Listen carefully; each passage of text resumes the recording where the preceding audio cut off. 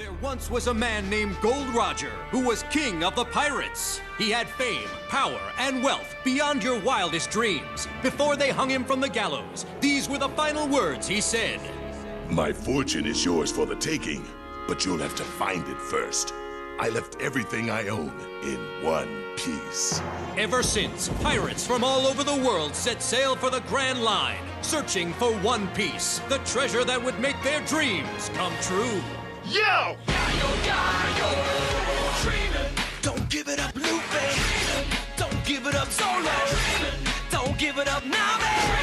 Don't give it up, give it up, give it up, give it up, give it up. Here's how the story goes. We find out about a treasure in the Grand Line. There's no doubt. The pirate whose eye is on it, he'll sing. I'll be king of the pirates. I'm gonna be king. His name is Luffy. That's Monkey D. Luffy. King of the pirates. He's made of rubber. How did that happen? Yo ho ho, he took a bite of gum gum. His name's Zolo. He's just like a samurai and a Lady. Nami's not shy. Usopp's doing that marksman thing. Sanji's cooking. Chopper's doctoring. Set sail for One Piece. It's the name of the treasure in the Grand Line. Set sail for One Piece. Hey guys, welcome back to Everything Anime Podcast. I'm your host Shinry. Here at the Everything Anime Podcast, talk about everything from anime, manga, video games, TV shows, and whatever relevant topic we like talking about. Today's video is on One Piece, Chapter 1103. Oh my god. Where do we start? Where do we fucking start? Okay. Kuma was heading to Egghead Island to save his daughter Bonnie.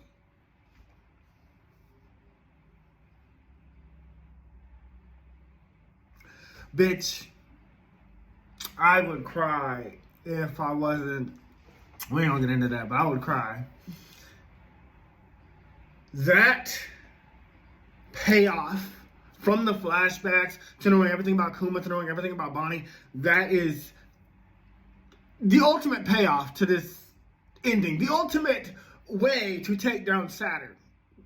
Like, Kuma has his fucking... Let's start from the beginning. Let's start from the beginning.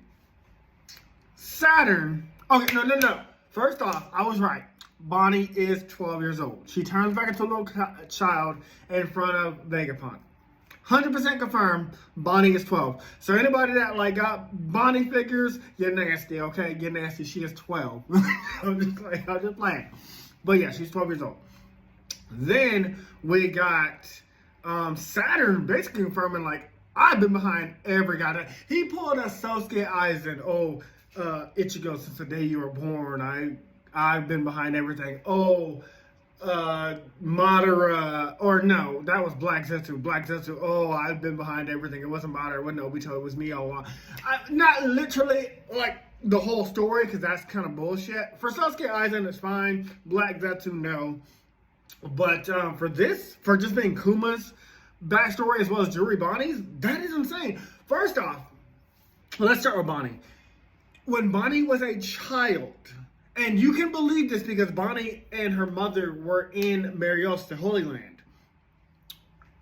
Saturn gave her an extract of a devil fruit as a child. He wanted to see if it was possible because, you know, a child can eat a whole devil fruit. A baby can't eat a full devil fruit.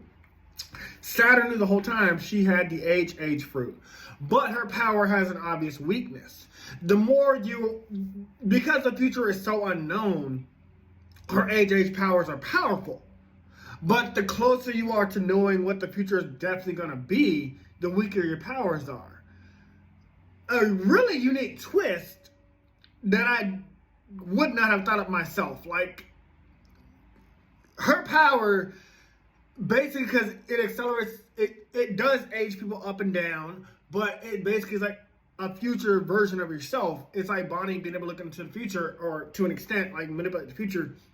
Because the future is so wide when you're a child, or you have all this time and limited possibilities, she was strong. But the older Bonnie gets, and the more she realizes, like, hey, like, you know, there's only one way this is going to go, she gets weaker. Interesting way to use that power.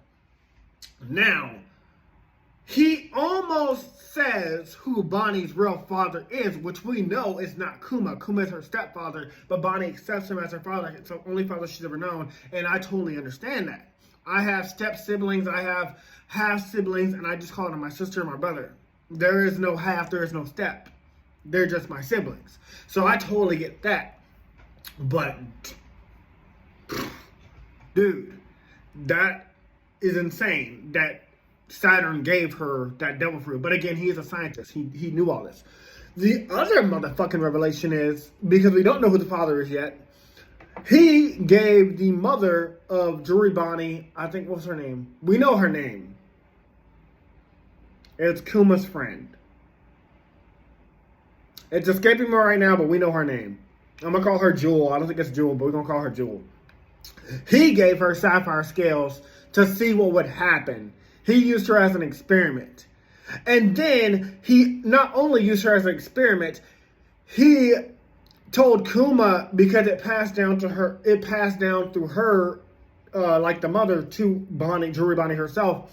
He was like, hey, Kuma, we'll save your daughter in exchange for you becoming a warlord, becoming a mindless cyborg, and surrendering all your humanity. So Vegapunk's like, you tricked him. You double-crossed him. You caused this sapphire scale shit. I cured it, and then you turned him into a cyborg. You controlled his entire life. And Saturn's whole thing is like, and Vegapunk's pissed about that. He's like, you manipulated this whole situation. And Vegapunk's like, why do I give a shit about what insects think? Like, y'all are beneath me. The Celestial Dragons, the 5 Elders, I hate all of them. All of them, I hate them. They're fucking disgusting. But pretty dope. Because that's the Sosuke Aizen. It's not the Black Zetsu. It's kind of like the Madara manipulating Obito, which fits. It's kind of like like I said, Sosuke Aizen, you know, he created white Zangetsu. It attacked Ichigo's mother. It bit her while she was pregnant. He wanted to see what would happen. It's kind of like that. It fits in the story. But then Kuma shows up as Bonnie is dying. She's like, there's no way out of this. Dad, I'm sorry. Dad, I couldn't see you. Dad, I'm sorry for... Kuma, when I saw you charging in there and you hit him, I said, yes. Yes, bitch. Kuma is in the fight. I don't know if Kuma's going to join the Straw Hats. I doubt that. I feel like if Kuma joined anybody, he would team up with Jewelry Bonnie, like join the Bonnie Pirates. But, damn. What a way to end the chapter. What an explosion. And it was kind of spoiled weeks ago. Weeks before the chapter even came out. I saw this panel like Kuma about to punch Saturn. So someone leaked it before it ever was going to come out. I like to drop my videos as the chapter comes out. And then if you're not caught up at that point, that's not on me. That's on you if you click the video. But, yeah. Woo! Mind blown. Theories right now. Kuma and Nika are going to take down Saturn. Somehow Luffy is going to liberate Kuma. Bonnie's going to realize that Luffy is Kuma. I think in the end, Kuma and Bonnie will become pirates together. Like Kuma will get his humanity back somehow. Or maybe Vegapunk can bring Kuma's humanity back somehow. I don't know how, but maybe. Other theories. I don't know. It's getting crazy. I'm so happy and proud to be a One Piece fan right now. I'm so happy and proud to be an author of my own series right now. If you guys don't know, I write books too. I've been writing books for 20 years. I finished 33 books. 6 of them are published currently, are 5 Shinry series books, and 4 Love Be Damned Universe books are published right now. So I have about 9 books out right now. And the Shinry series is more anime and manga focused, and I've always been inspired by every anime and manga I've ever read. Check out my every anime I've ever watched rank video or manga read video to know everything I've checked out or seen. And the Shinry series, you know, I always try to add surprises. I always try to add things, make things different, add cool backstories, new villains, things like that.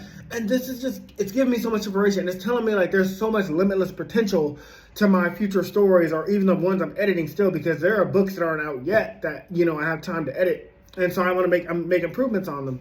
Most of them are perfect now. They're just ready for publishing. Next, by the spring of this year, book 5 in the Shinry series official canon, Next Generation Mission Protects Princess Armageddon, is coming out. And, you know, I'm adding some new characters in there for my nephew Sean. But, yeah, I mean, when I get so inspired by reading these amazing stories. Yeah, but not much else to say on this chapter. I don't want to make this video too long, especially when I'm done talking about it. But yeah, I'm excited for the future. I'm so happy Kuma's here. I'm so happy that Kuma remembers his daughter. He protected her. That's what his mission was. We all thought he was going to Marios, but even, that's what I forgot to mention. Dragon also said, like, that's what I would do if I had a little bit of my humanity. I would attack Marios. But Kuma's not going to go to Marios. He's going to go save his fucking daughter. That's Kuma's final mission to himself. Save Bonnie. Love it. Love it, love it, love it. Let's move on to the sponsor of the video, and then we'll talk to you guys next week. Hey guys, this video was sponsored by me, the author of the Shinry series, the Chronicles of Wayne, and Monsterverse. So I figured I'd do this outro a little bit different by showing you guys what you guys will be checking out. So, the Shinry series starts with Book 1, Shobu Samurai Project Aryoku. 10 years after the death of his parents, Shobu Samurai returns home seeking vengeance, but instead faces the choice to save his home from shadow creatures, blood beasts, and an organization once thought dead. Shinry's Shobu Samurai starts at $9.99. And if you love anime, manga, Naruto, One Piece, Bleach, Yu Yu Hakusho, Fairy Tail, Shaman King, Rave Master, Zatch Bell, anything like that, the Shinry series is definitely the series for you. You'll definitely want to check it out. The Sword of Light is probably the thickest one so far. And then these books are 2. This is Enter the Dread Zone Tournament. And the series original ending, Arado, the Legendary Conjuring Master. So, and I'll just show you guys some of the covers. Really proud of all of these. But I hope you guys check it out.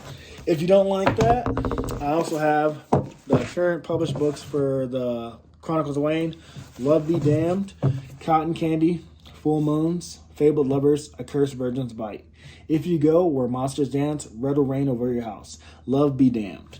Now, the Chronicles of Wayne is about a geeky guy, or a nerdy guy in high school. His senior year, he has a crush on the hottest guy in school, because of course he does. He's only got one best friend, and her name is Barb.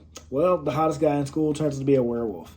And to make the story more interesting, he bites Wayne and turns Wayne into the first ever wolfman in the last 10 years. And because of that, it was also a sacred law that wolfmen should never be created.